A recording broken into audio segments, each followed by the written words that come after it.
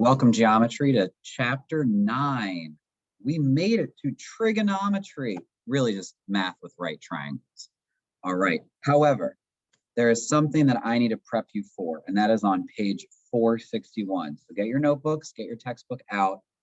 I'm going to do the maintaining mathematical proficiency with you because there's a lot of this simplifying that you may have not seen before. But it's not so bad. You're older, you're wiser, you're in geometry.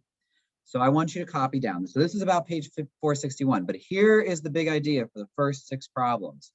Well, technically for the first 3 problems, but for a lot of math in the future. What's the biggest perfect square? Write it down. What's the biggest perfect square? And say it with me.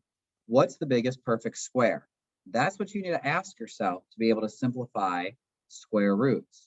Now, you definitely should read the examples at the top of the page. I highly recommend it. Because when you get to square root of 75, even in Algebra 1, if you did see this, chances are it wasn't that clear. Maybe it was. Then go thank your Algebra 1 teacher. But if you never got to it, take a deep breath. It's really not that bad. You just need to think, what is the biggest perfect square? But just to remind you, these are the numbers we're thinking of when someone says, what's the biggest perfect square? If I ask you to think of a perfect square, you need to think of these numbers. Now, you should know them up to 20, but I don't think we need them all the way up to 20. You should be thinking these numbers: 1, 4, 9, 16, 25, 36, 49, 64, 81, 100, right? These are all your squares.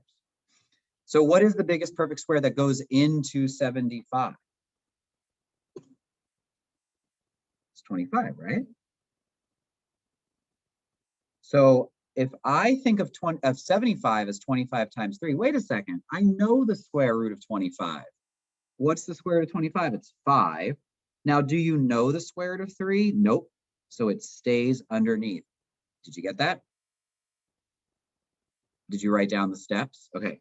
You can pause and rewind, or let's see if you can write down the words. Remember, if you're only writing math, you're not learning. You need to write directions to yourself as a teenager. You look at this, you go, what's the biggest perfect square? Now, maybe you don't know. Let's take a guess. I'm going to guess 9. So now I have to think of 270 as 9 times what? Well, 9 goes into 27 3 times, and there is a 0. Or you get a calculator out. Oh, wait a second. You know the square root of 9. So let's bring it outside. Are you writing those directions down? You should pause and write them down. You know the square root of 9. Bring it outside. You don't know the square root of 30. Leave it inside. Can you break 30 into another perfect square? This might not be the right answer. Just because I thought it was doesn't mean it is. So wait, 1's trivial. Does 4 go into 30 evenly? No. 9? No. 16? Nope. 25? Nope. Oh, 36 is too big. This has to be the right answer. Sorry, weird box. All right. Last one like this, I think. Truth is, I don't actually know. You will need this skill later on, not just in this chapter, but for the rest of math. All right, square root of 135, you're not allowed to leave it like that. If you don't simplify a radical, you're wrong. Just like not simplifying a fraction. So what's the biggest perfect square that goes in 135? Now, I don't really know off the top of my head, but I do know that 1 plus 3 is 4, 4 plus 5 is 9, and if all the digits add up to 9 or a multiple 9, 9 goes into it. So I'm going to try 9 again. So I can break this into 9 times what? Well, I'm going to just get a calculator out. There we go, 15. So 9 times 15. I wasn't confident. No harm in using a calculator. Oh, wait, do you know the square root of 9? Yes, we're going to bring it outside. So you need to answer yourself, you need to answer me. What do you do when you know what the square root is of that number?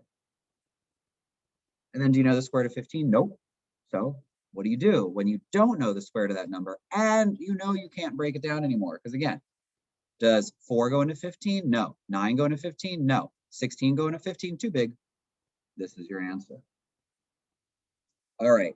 Now, you still have to use this logic, but I don't know, I can't predict where it's going to pop up. There's another thing called rationalizing the denominator. And again, you may or may not have seen it before. I don't know. I wasn't there. But you're older and you're wiser. So whether or not you have or seen it before, you can still do it, even if you have feelings about it. Rationalizing the denominator. All right, so the thing is that square roots that can't be broken down were actually things that the ancient Greeks were not fans of. And now, while they were very much fans of fractions, they at least came up with some rules. And that one of those rules is that we have to rationalize the denominator. In other words, no radical is allowed in the denominator.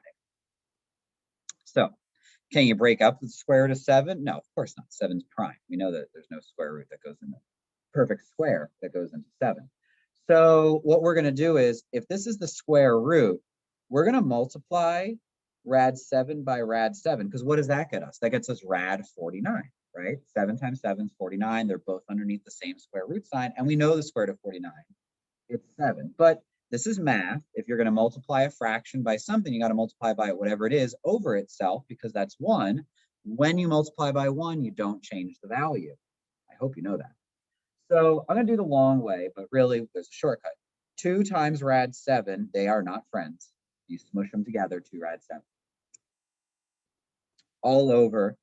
Now, these are friends because they're both square roots. So you can multiply inside together. We get square root of 49. And of course, we know the square root of 49. It's 7. And voila, we do not have a radical underneath the denominator. Now, just in case, because there's a lot of math in here, maybe you don't trust me. I don't know why you wouldn't. I'm a math teacher. So remember I said it doesn't really, we're just rewriting it. We're not changing the value. This is the value of 2 divided by rad 7. Okay, so, but the thing is, we're not allowed to have a radical in the denominator. So is 2 rad 7 over 7 the same value? If it is, we did it correctly and it's great. The ancient Greeks would approve. Boom, it is. It's the same value. Whatever, it's that decimal. No one cares. Okay, let's do the same thing for number 5.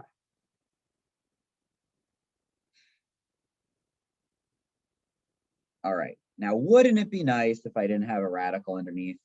Of course, we're going to multiply by what's right here. Again, are you writing down the math, or are you also writing down directions on why I'm doing it or what to do? Because if you're just writing down the math, you know you're not learning.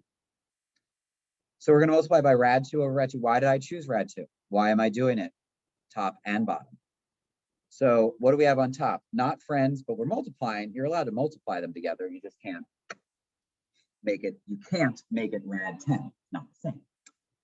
And what is rad 2 times rad 2? All right, we could do the long way and say it's the square root of 4, but magically it's just going to be what's underneath. Rad, it's just going to be 2. All right.